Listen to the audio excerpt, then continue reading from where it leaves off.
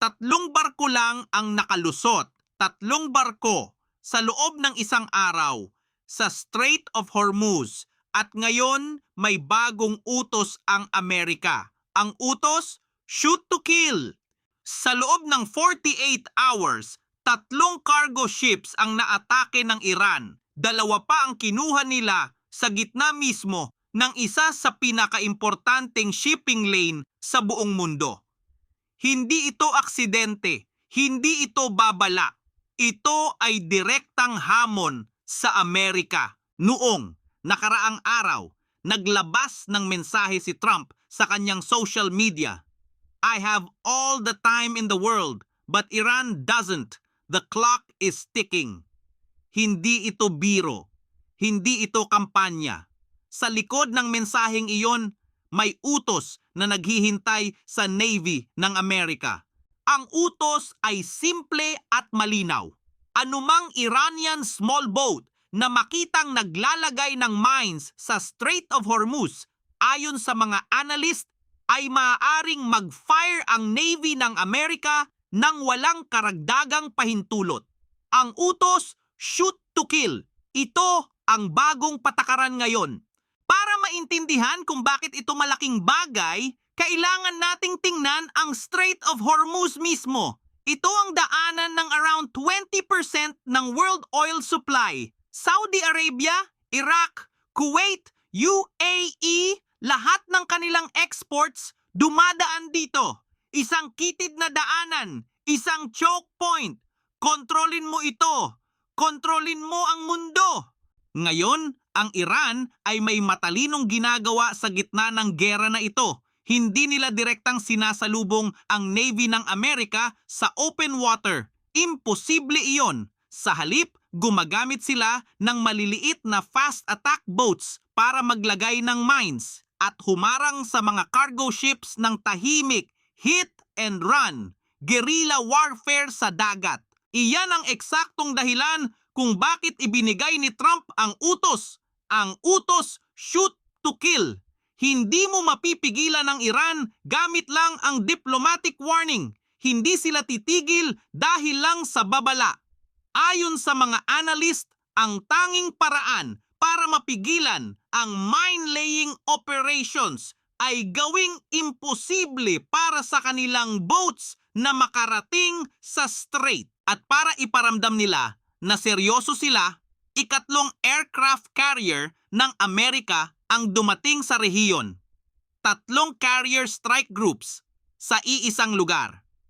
Ayon sa mga analyst, hindi pa nangyayari ito sa napakaraming taon. Ito ay hindi na military presence. Ito ay military dominance. Ngunit narito ang problema, kahit 3 carrier strike groups, kahit shoot-to-kill order, ang blockade ay hindi perpekto. 3 barko lang ang nakalusot sa Strait of Hormuz sa loob ng 24 hours. 3 barko sa buong araw. Ang global energy market, ayon sa mga analyst, ay hawak ang hininga nito. Dagdag pa rito, sinabi ng Speaker ng Parliament ng Iran na ang blockade mismo ay isang paglabag sa ceasefire. Hindi ito maliit na pahayag.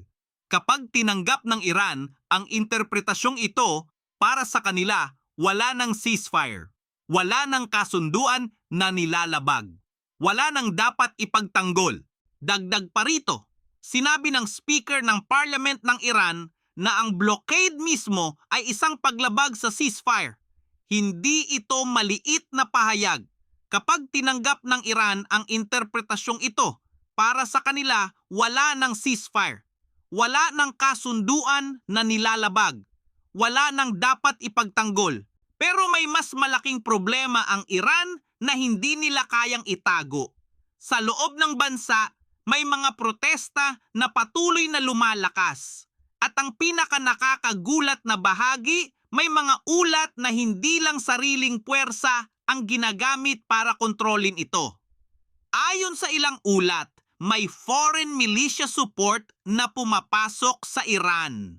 Mga grupo mula Iraq at Afghanistan na tumutulong sa kanilang security forces para kontrolin ang mga protesta. Bakit? Dahil hindi na nila mapagkakatiwalaan ang kanilang sariling military. Ang Iranian Armed Forces ay matagal nang naka-engage sa gera at may takot ang rehimen na kung utusan nila ang sariling sundalo laban sa sariling mamamayan, maaaring hindi sumunod ang mga ito. Iyon ang tanda ng isang gobyerno na nagsisimula ng mawalan ng kontrol. At iyon mismo ang gusto ng Amerika, hindi lang military, economic at internal pressure sabay-sabay. Ang blockade ay hindi para manalo sa isang naval battle. Ang blockade, ayon sa mga analyst, ay para pahinain ang Iran mula sa loob. Empty treasury, exhausted military, angry population, hanggang sa mapilitan ng Iran na bumalik sa negotiating tables. Ngunit may panganib din para sa Amerika. Bawat araw na nakadeploy ang 3 carrier strike groups sa Hormuz, bilyon-bilyon ang gastos at ang global economy ay nasa ilalim ng matinding pressure habang naghihintay. Ang oil prices ay patuloy na nagbabago. Ang supply chains ay naaapektuhan.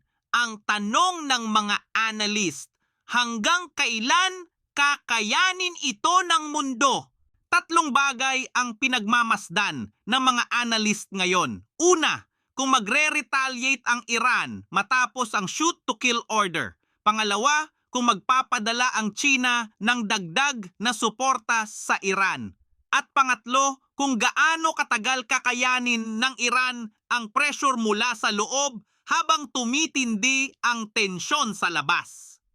Ang sagot sa 3 tanong na iyon, siyang magdedetermina ng kasaysayan. Ang shoot-to-kill order ay naibigay na. Ang 3 carriers ay nandoon na.